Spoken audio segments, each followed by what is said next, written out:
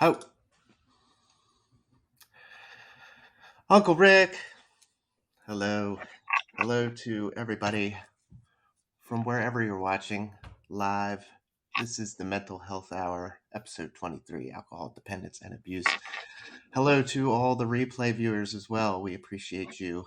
Please feel free to drop into the comments and tell us where you're watching from. And if you have any questions, as always, the live chat is there. And hello to Gemma. How are you? Hey, not too bad, not too bad. Bit cold today. It's very wet and windy in good old England. Good old England. Hello, Ella. Hello, Uncle Rick. Hello, Mum Melanie Faye. How's everybody doing? Hello, Jason. Tonight, we are going to talk alcohol dependence and abuse. Obviously, this is a topic that is near and dear to me. And it's been a long time coming. So, we're going to go over basically.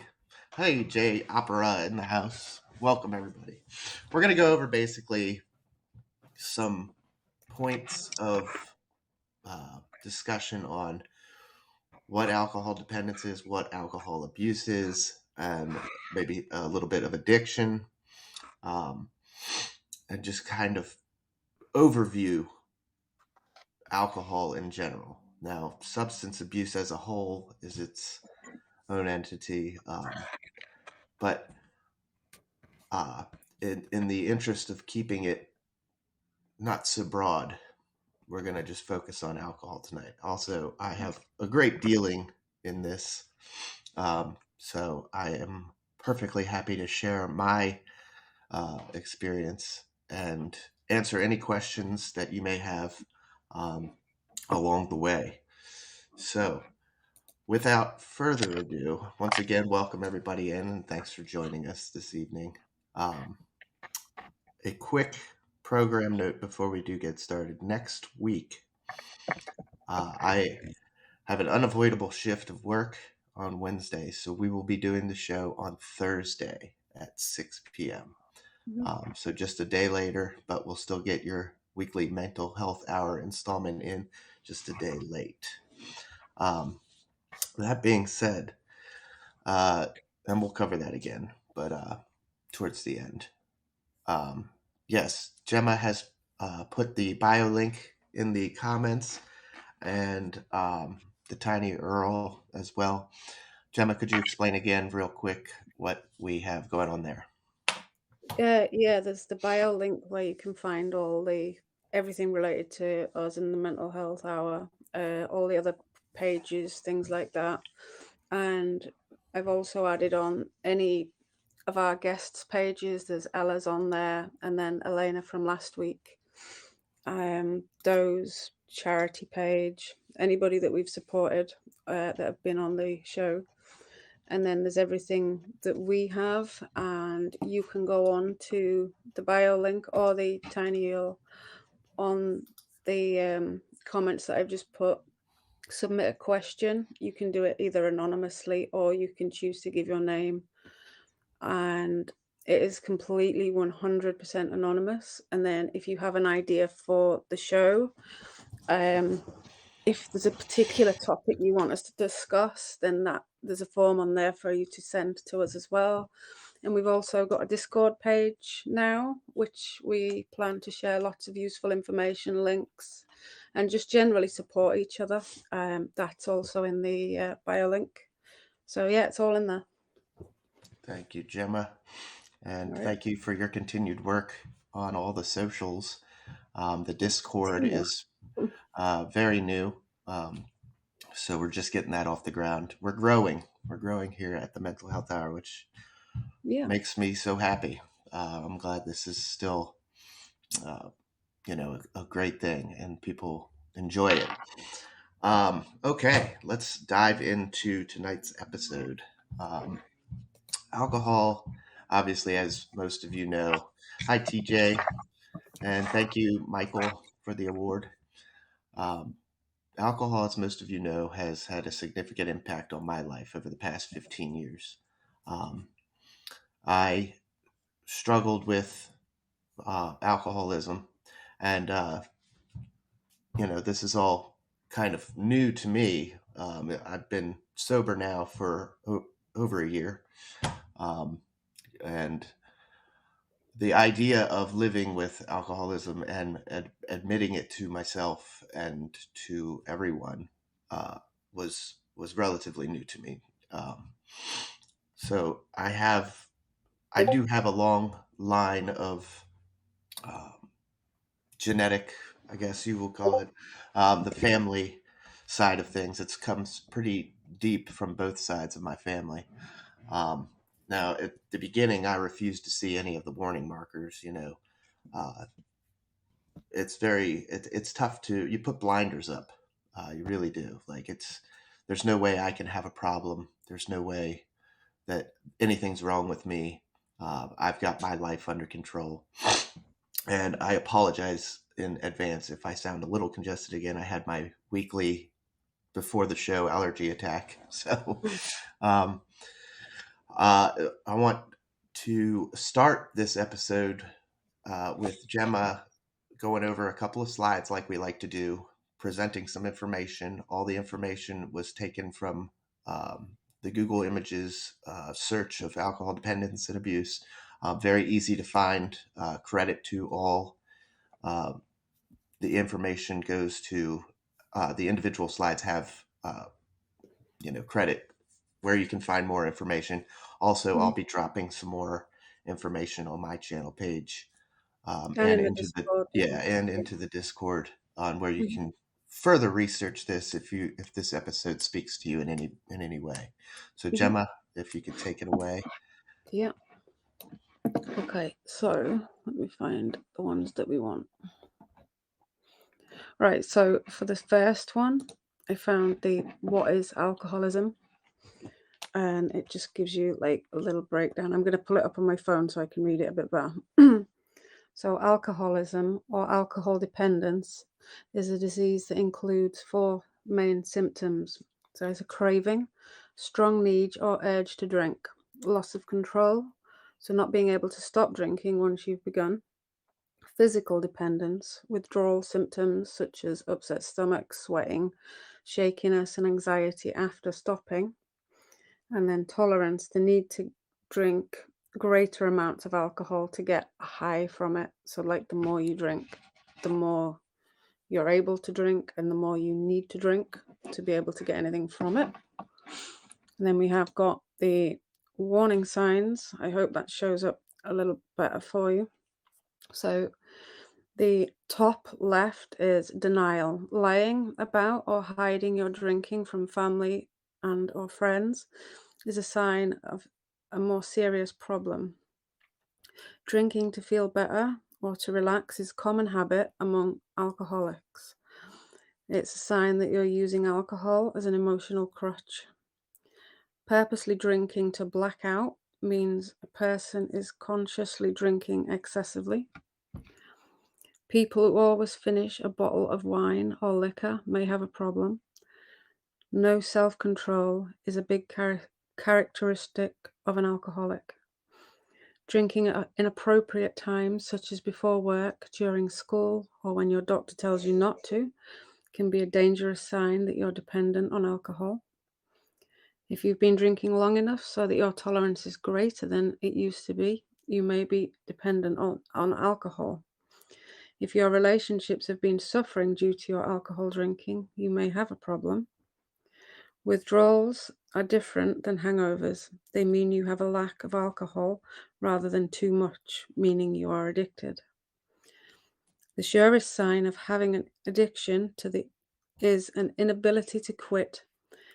It is imperative that you seek help and as soon as you can. But as Tim said many a time, and as like many will, you have to do it because you want to do it. Otherwise, it's just not going to work. We've got one here, abuse and addiction. Is this the one? Yeah, that's the one I've got. So, abuse. The Substance Abuse and Mental Health Services Administration defines moderate drinking as up to 1 drink each day for women and up to 2 drinks per day for men. Anything beyond that level of drinking is considered alcohol abuse and puts people at risk of developing an alcohol use disorder, i.e., alcohol addiction. Substance abuse is also considered using prescription drugs in any other way. And we'd like to preface that as well with these numbers are, Mm. I'm sorry, Gemma, who did you say this was from?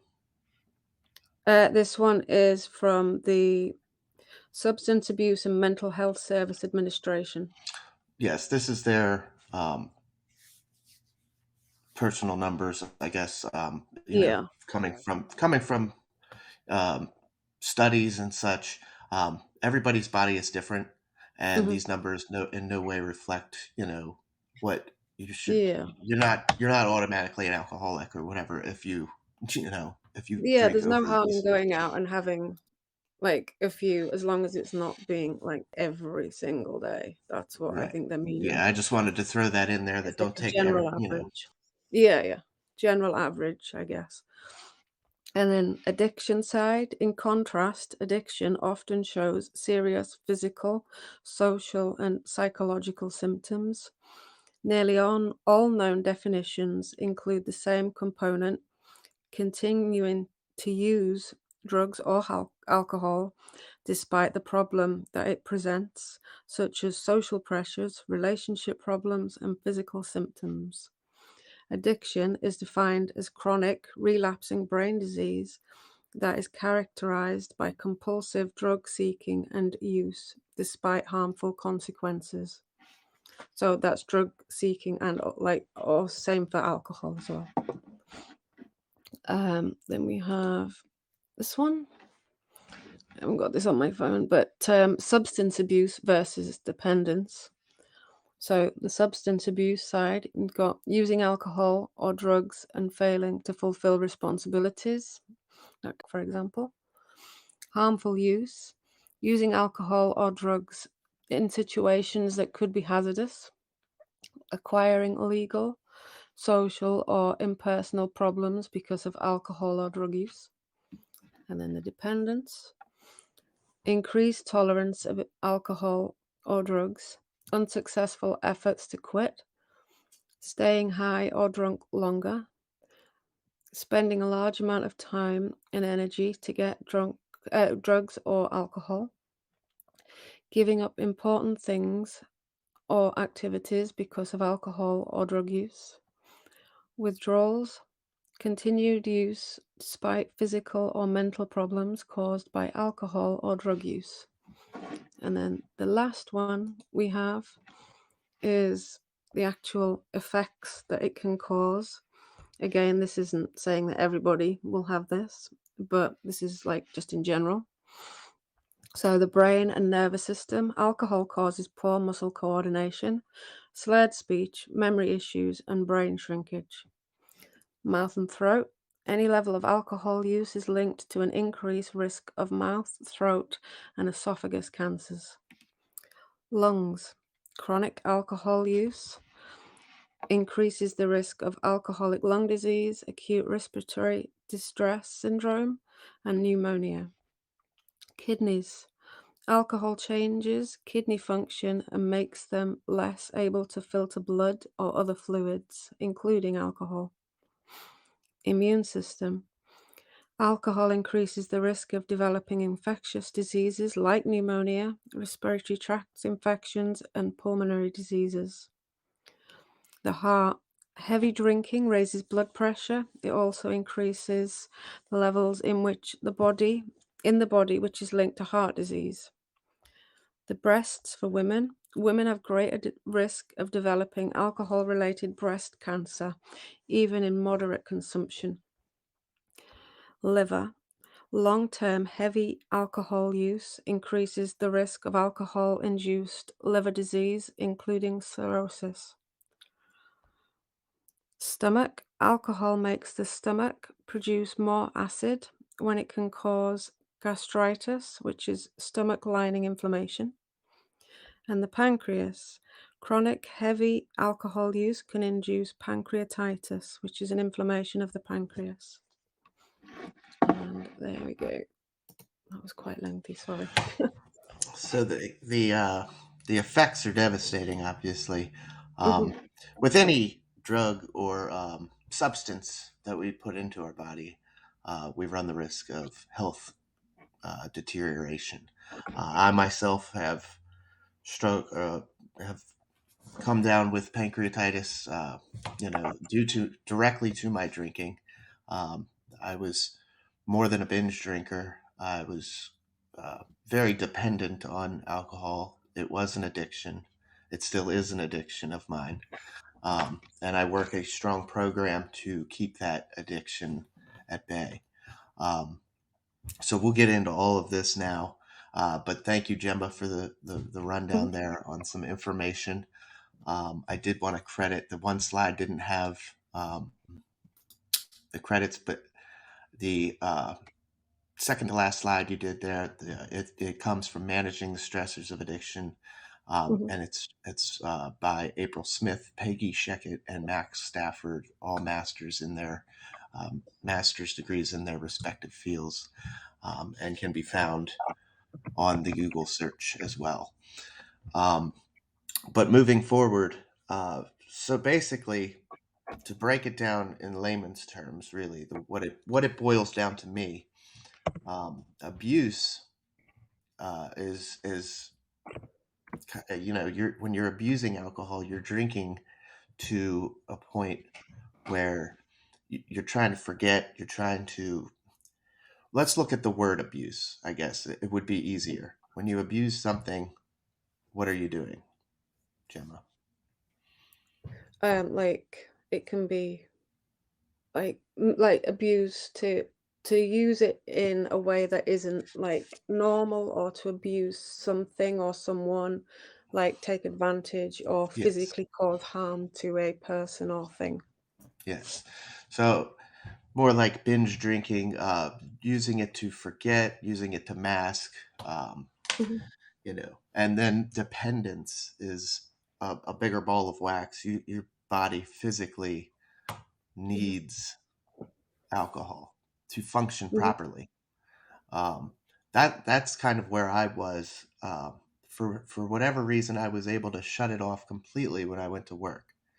Um, for 24 hours, I didn't think about alcohol. But the second I got off work, that 48 hours off was priority one was alcohol. I mhm, needed to have it in my life at some point, and I got very upset if it wasn't, or if I had to do something that did not include it or have the end game of being there. Um, Again, I'd like to thank everybody for joining tonight and for throwing some comments down. We've seen some excellent comments come in. Michael, 7 years on your sober date. That is awesome. Kudos to you. Congratulations. Um, and also, moving in a more positive direction, it does show you that that 7 years is attainable. Um, that's Somebody asked me the other night on a broadcast I was doing with Ella, uh, how did we, uh, or what was the question? What are these chips all about? Was what it was. This is my year of sobriety chip from AA, and the short answer is these are not designed as a pat on the back to ourselves. It is a nice reminder for us and mhm, everything, but the real reason for these behind these chips and that we get in AA is to show the newcomers that this program of Alcoholics Anonymous works. Um, mhm, it allows them to be able to see that 2, 3, 7 years down the line, you can still be sober.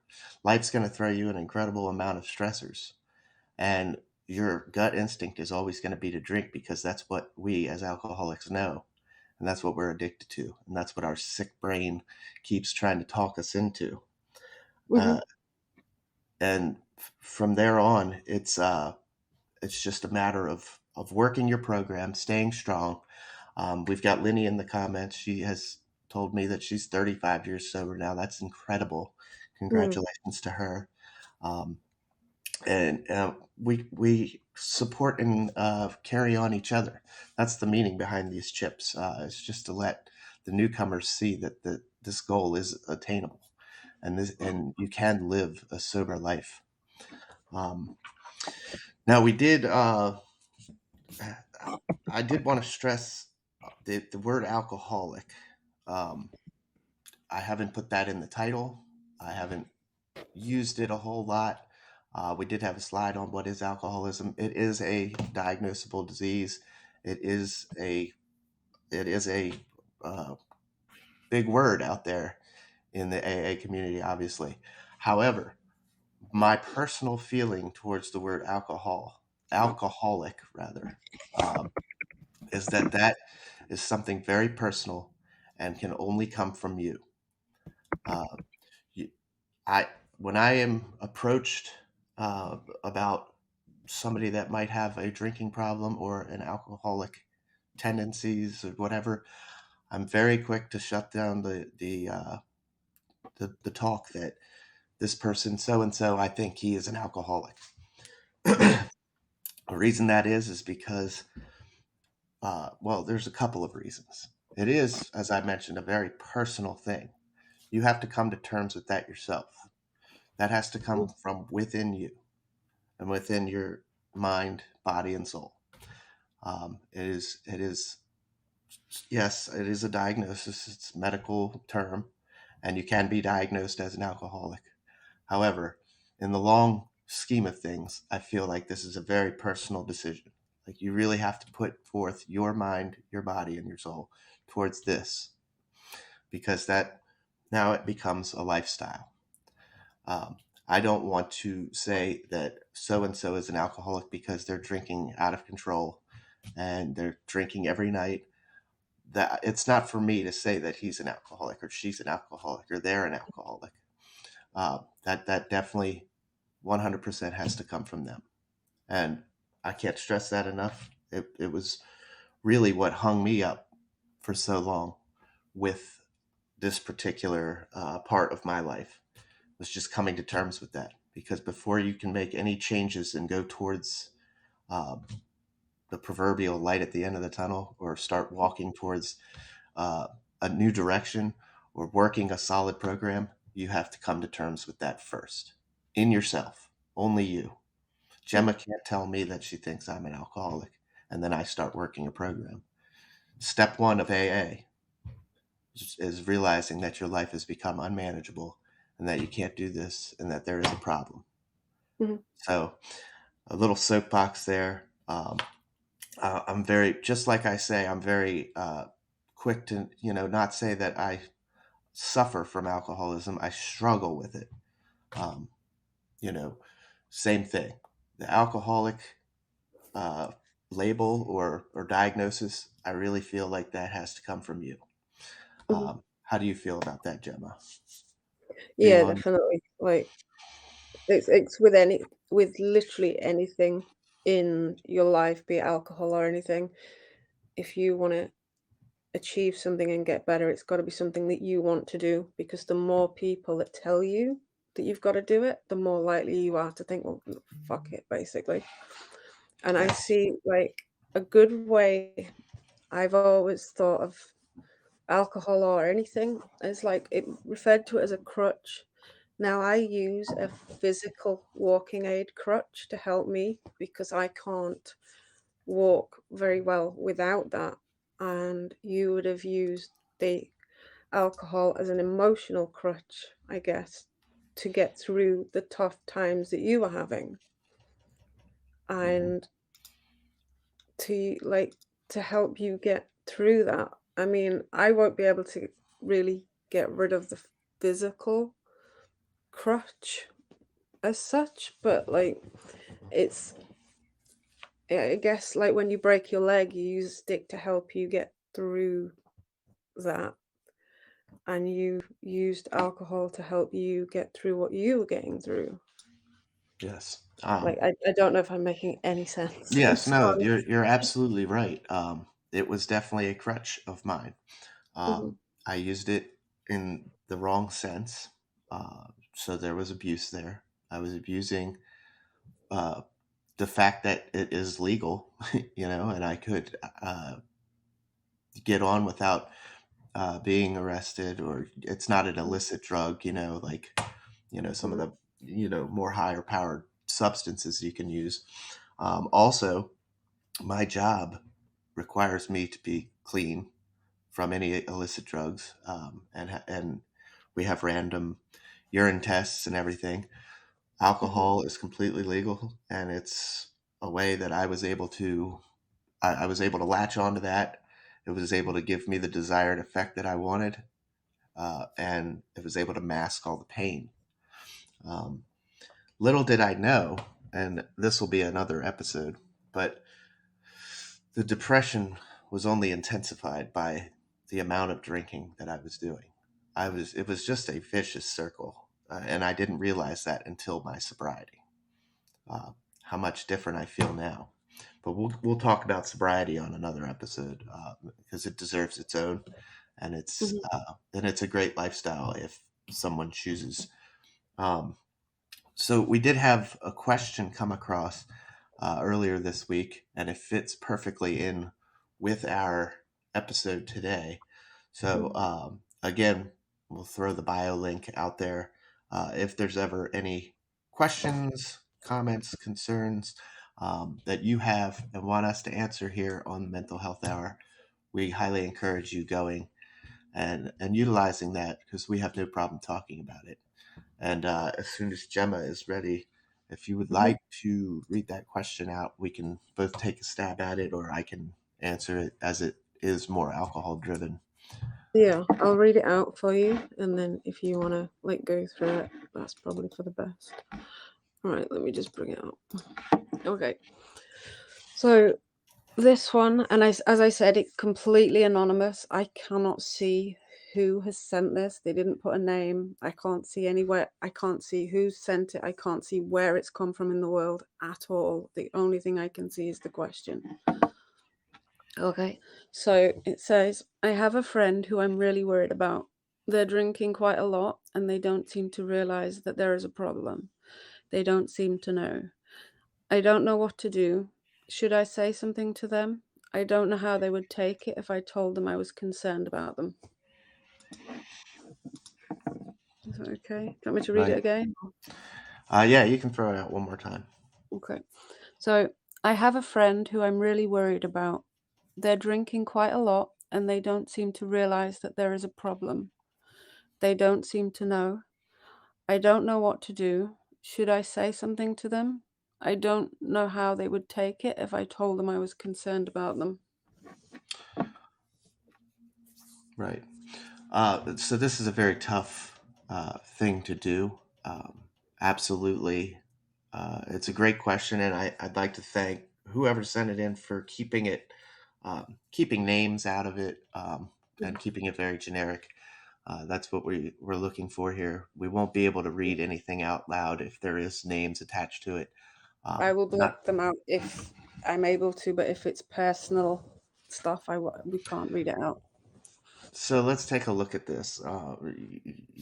This person has a friend that he's concerned about, he or Mhm. she, um, and they're drinking too much. Well, first, uh, I would I would be curious to see, or to know how much is too much, because that's a very relative term Mhm. for some.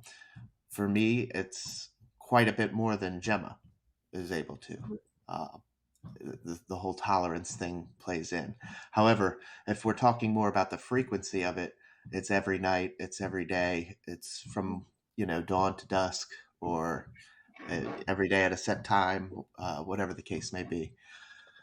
You really have to take it into consideration.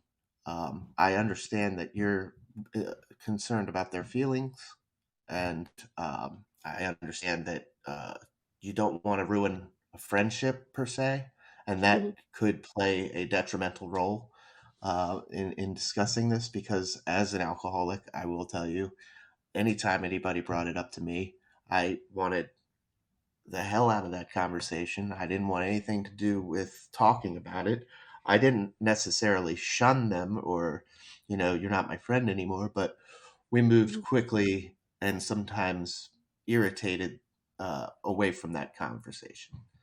Mhm. Um, so it all comes down to me to whether or not you want to be, if you're concerned about this person's health, then by all means, I think something needs to be addressed Mhm. in some way, shape, or form.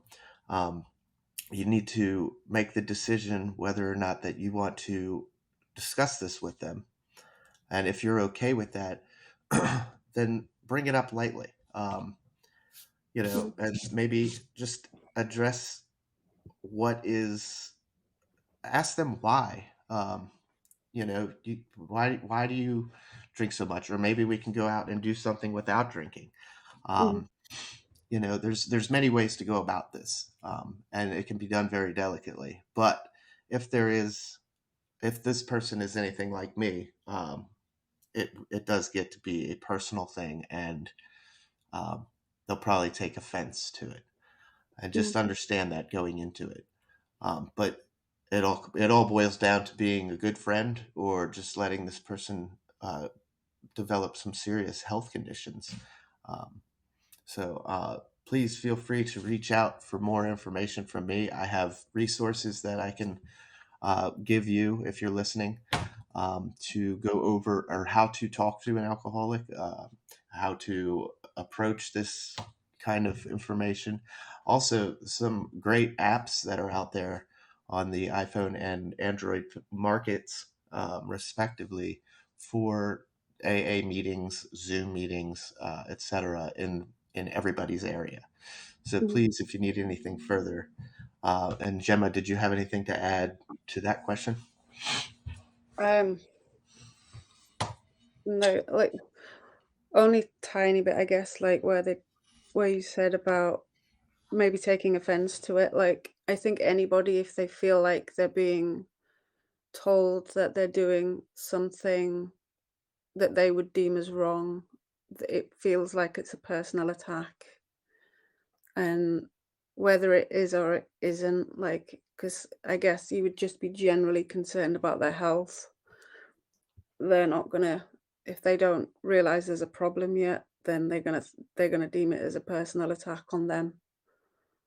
Um, but yeah, Yeah.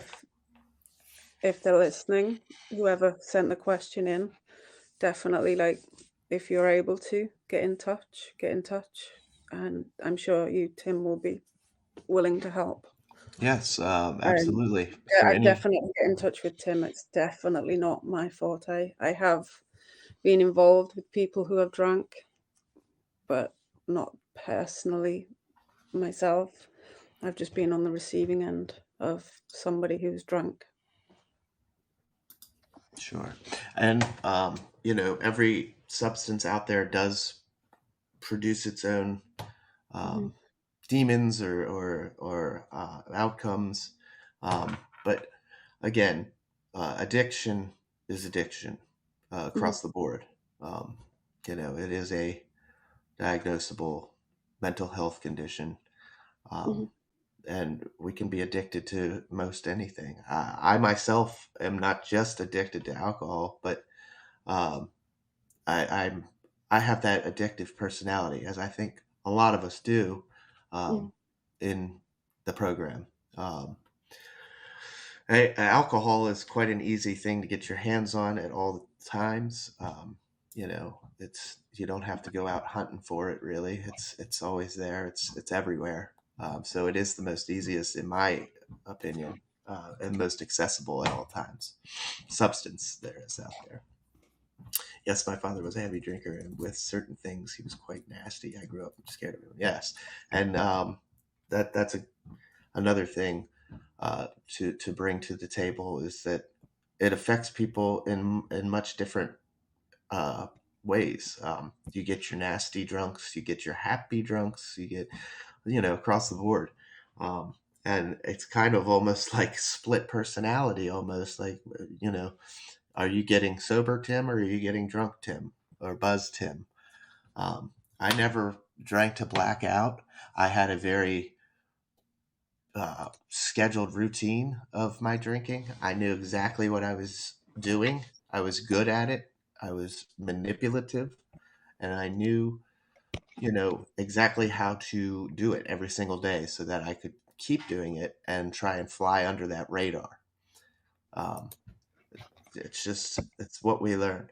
I did want to go back, and Uncle Rick mentioned earlier in the comments about kind of alluding to having that off switch. When you become dependent on alcohol, uh, there is, and almost to the point of addiction, yes, there is no off switch. I had no off switch. Um, I could go all day, all night. Uh, I knew how to pace it. I knew I wanted more. So I knew when it was time to take a break, maybe grab a glass of water, maybe just have a Coke, but then get right back into maintaining. That's what my drinking was essentially. It was maintaining a level of uh, buzz, if you will, a level of, it was maintaining a state of mind all day. And I'd wake up in the morning down here, start drinking a little bit to bring it up to what I called normal. Hmm. um, and then a lot of people can continue going and get out of control with it, but I maintained that all day long. And then that was my game. And that I was a very much so a very high functioning alcoholic. And that's something that we throw out there a lot. Like, I can't possibly have a problem. I'm never late for work. I hold down a job. I pay my bills on time. I do everything by the accordance of the law. There's no issue. Well, why are you getting on me? I like to drink every now and again. And unfortunately, every now and again is a lot more than what it seems. Um, and I learned that I'm learning all of this still today. Um, so, hey, Jim, welcome on in. Thank you for the one award. Good to see you. Jim, as you'll see in our notifiers there, is doing Catalyst tonight. Looking forward to that as always. We'll talk about that again at the end of the show. But Gemma, is there anything that you in your life have felt, man, I can't get enough of this, or there's no off switch. Once I get going, like a can of Pringles, once you pop, Yeah, you don't stop. yeah, pretty much. For a while, yeah. When I had an eating disorder, um, and then the caffeine as well. When I was, because I was working a full-time job in a school and a part-time job in a supermarket and part-time at college and part-time at university, all in the same week. So I was sometimes only getting like 3, 4, 5 hours sleep before I was on again. And I was drinking caffeine, like the full caffeinated drinks, so much just to keep functioning, to the point where I was absolutely addicted to it. And then I became completely allergic to it, and I can't have caffeine now. And then with the eating disorder, um, chocolate, but I'd eat it and eat it and eat it, and then purposely go and throw up Mm, because I needed it. I needed the high, the sugar high from it. But then I'd be like, I can't believe I've just done that. And then I'd make myself sick. mhm, And I was that bad with it. I can't now make myself sick. So I had to find other ways. So I would consume humongous amounts of laxatives to pass it in other ways, mhm. which has in turn had a huge effect on my body. But Sure. then, even down to the medication that I take now, which I'm working on trying to get off, because as I say, when I was prescribed it, I didn't know the damaging effects that it had, because I'm not a medic, I'm not trained. So Mhm, it's true that you, I think in a way we're all, I guess, addicted to something. And thinking back now to when I was younger, like not so much now, but I do see little bits coming through, because growing up I was always very I felt very dismissed as a child and like I wasn't good enough. So I was addicted to being told that I was good enough, that what I was doing was good enough, that I was a good person. Hmm. And it terribly gets to me very much when I think that somebody doesn't like me. And I'm still learning to deal with that, but I'm getting there kind of with your help. um, because yeah, I do. I am very much addicted to people pleasing, I guess. Hmm. And that's Yeah. exhausting. Absolutely exhausting. Yes. And that is a great point. Um, I think maybe you more than me in this scenario, um, Mhm. really have that desire to not just be liked, but I wouldn't classify it as that. I would look at it from the other side, wanting to know why you're not liked, Mhm. and if Yeah, that's yeah. the case, just questions. Oh, yeah. But yes, and that actually can be its own episode too. Mhm. I have that one written down. Um, but moving back onto alcohol real quick, I Mhm. wanted to hit the one slide where it said harmful use, um, being an indicator of abuse. Mhm. Harmful use is the best way I can, or that I've saw on any of the slides that we presented, to go back to that question. Um, you know, if your friend is using alcohol in a harmful way to their body, then numbers don't matter. Um, like I said, everybody's numbers are different. Everybody's bodies are different. Harmful use is the best way to describe this. If there's a actual concerning problem with the way they are using alcohol, then I do think it needs to be addressed. I think you would be a good friend, uh, in the long run, um, in addressing it with them. It's kind of one of those,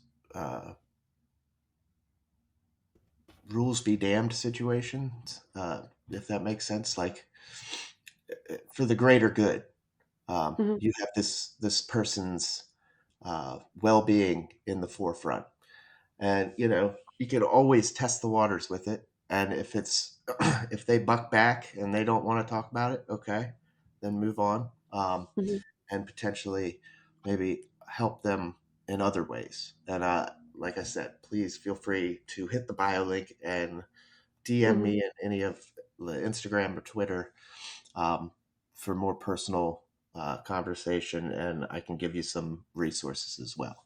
But yeah, I wanted to This throw really that term. Discord as well.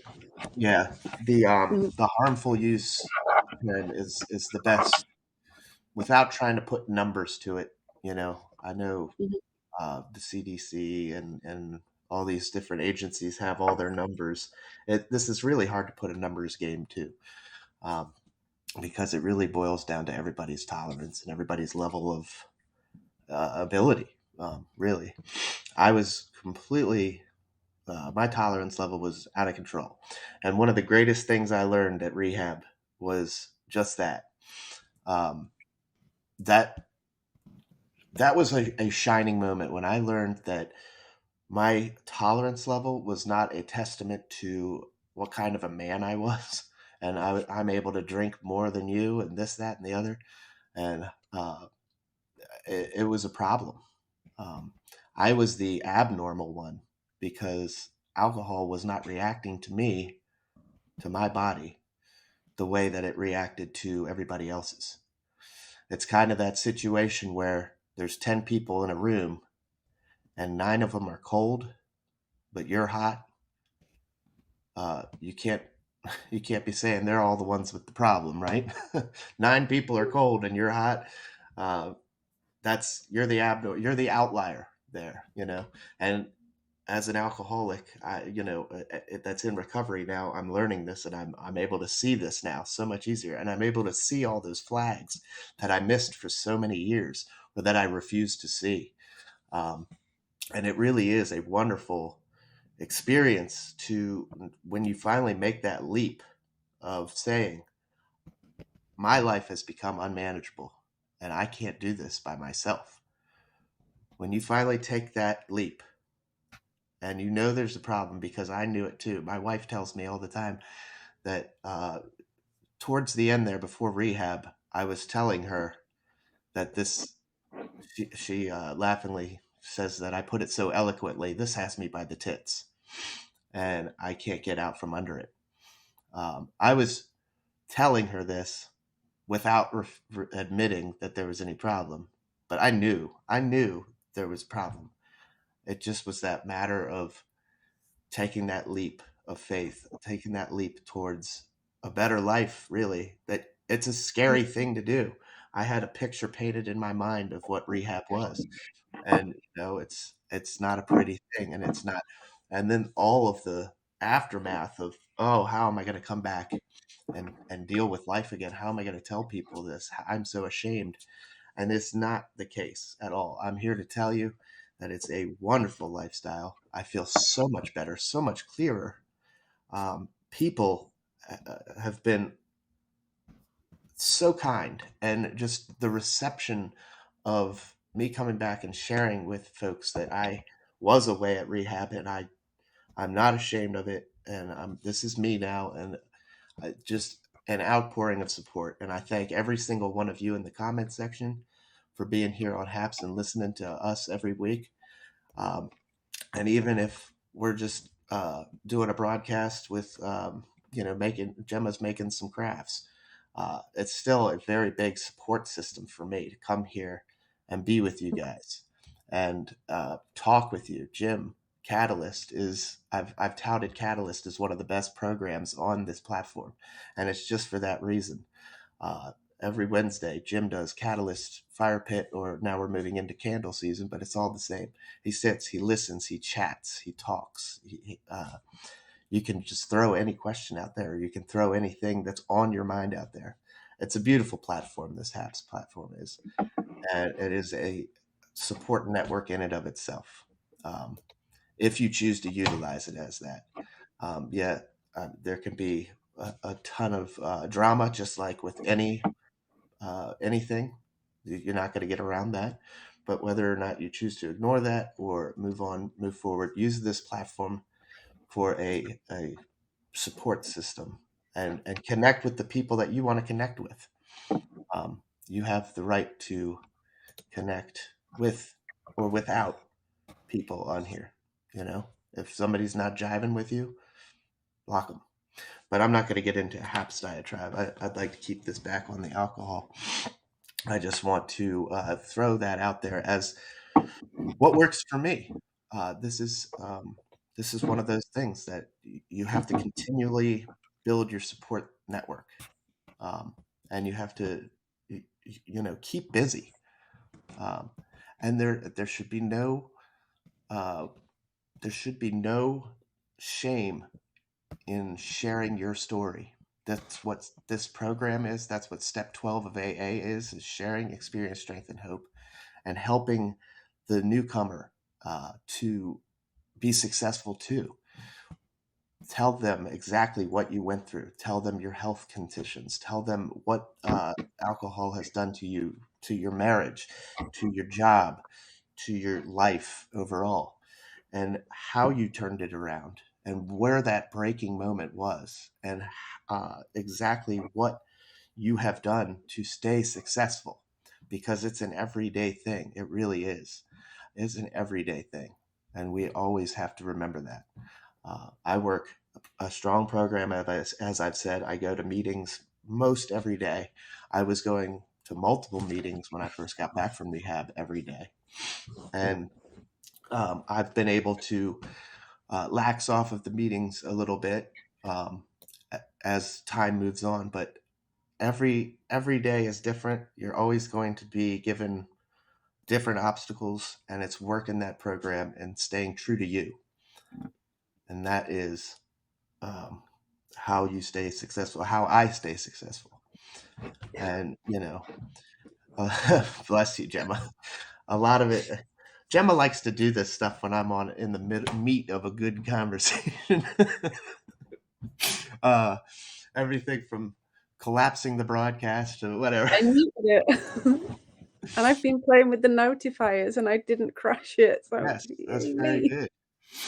That's very good.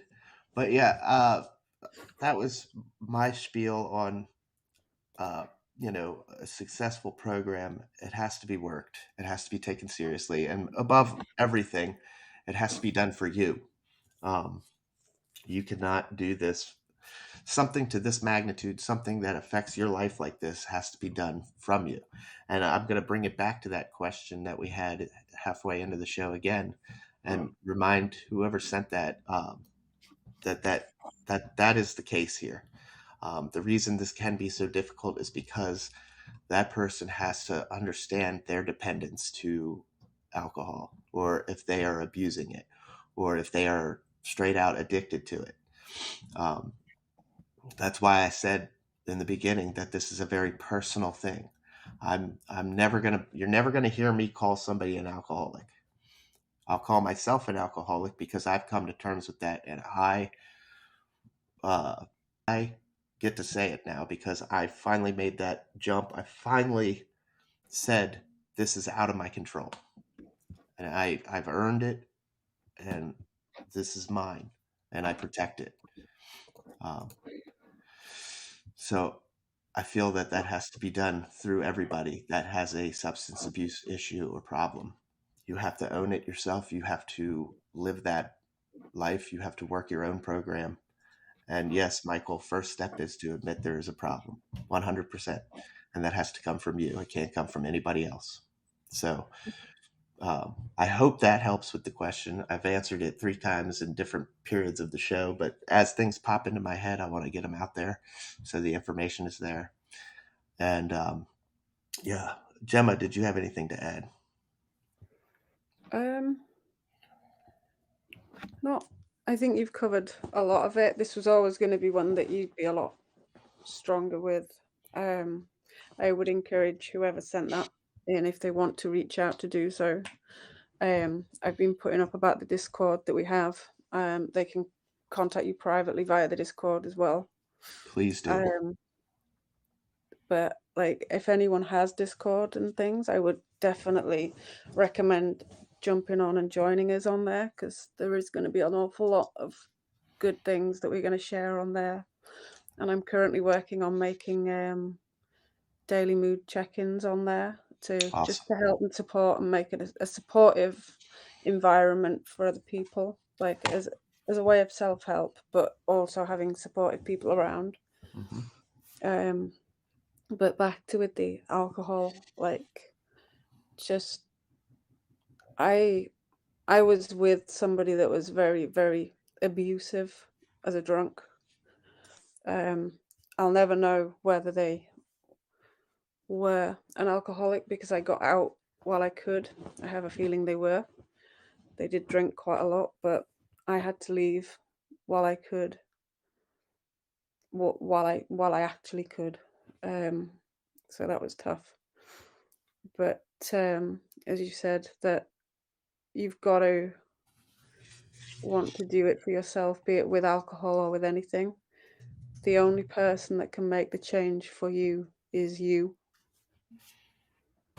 Hmm. So yeah, no, I think Absolutely. you've covered a And huge deal.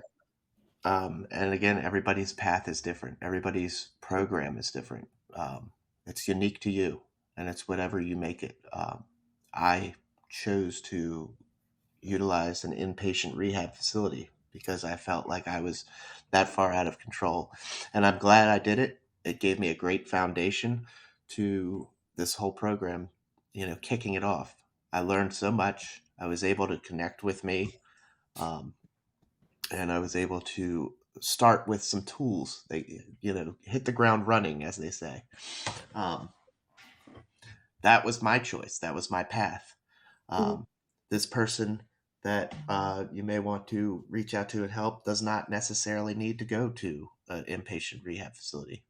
There's plenty of great IOP programs, that's intensive outpatient um, programs, where they can stay in the comfort of their home, continue their life day to day. And of course, there's always AA as well. Um, just going to a meeting with them, you can take them. Hey, you want to go to a meeting with me? To an open meeting at any time. Um, Hmm. Maybe that is just what they need to sit down and listen to other people and Yeah. share this broadcast with them. Even that's why we do this. That's why we want Mhm. this on this platform, or that's why I initially wanted to start doing this, was so this information is there and you can share this with somebody that might need to hear it. Yeah, Um, yeah. I put it in the comments earlier as well. Like, if you do mention it to somebody and they back away, as I guess initially they will feel like you're attacking them personally. Just let them know that you're there for them, that you're supporting them. I guess try not to bring up the issue, but just hope and pray that they realize it whilst they can. But no matter what, just let them know that you're there for them and that yes, you care for them. And I guess hope that they make the right steps towards getting themselves better. But the more you push someone to do something, the more likely they are to go the opposite way. yes, certainly. The Mhm. whole rebellion thing is real. Oh yeah. Um, but that's about it for this episode. We're going to go over a couple of things here at the end, and I really would like to know what you guys thought of this episode.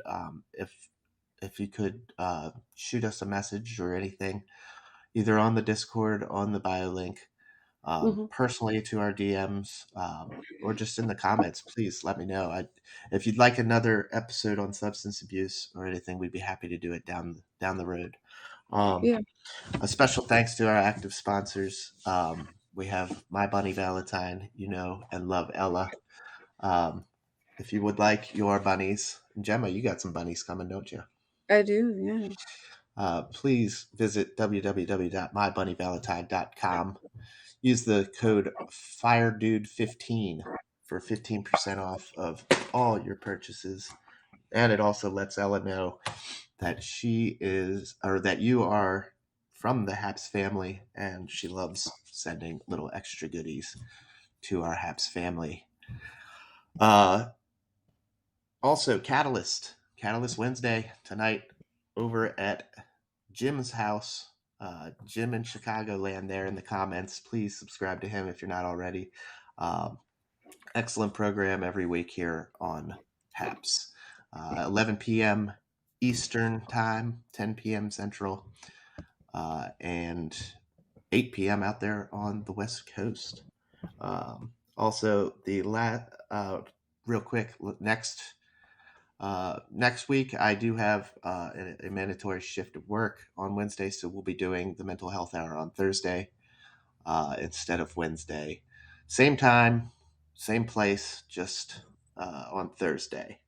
Hmm. And finally, this is the final week of Vegan Doe's Walk for Mind, the UK charity for mental health. Uh, Doe has done an incredible job and has reached both the 100-mile mark already and has reached the goal set at 500 pounds. But you can still donate. Great charity. And the link is in the comments there. I've thrown it. So with that, hello, Do. We're getting ready to get out of here. The replay is always available. Please hit the share button. Send it out to all the socials. Um, if it spoke to you in any way, you can reach out to us for more information. And that is all I got. Gemma, do you have anything before we close out? Um, just to remind people to check out the bio link, check out the Discord. I'm Mm-hmm. uploading some stuff to it at the moment. I've even done emojis. Emojis. um, yeah, emojis. But Awesome. do check it out because there's going to be a lot of stuff in there. Awesome. And we're looking at doing some podcasts as well in the very near future. So watch out for Yes. that as well. Keep on growing. Yeah, why All not? right. Thank you guys for joining in. Thanks for all the awards, and a special thanks to everybody that sends in questions. A special thanks to everybody here live every week. We know who you are, and we're so grateful. Uh, Mhm. so, from Gemma and myself, we'll see you again next week for another installment of the Mental Health Hour. Bye, guys. Bye.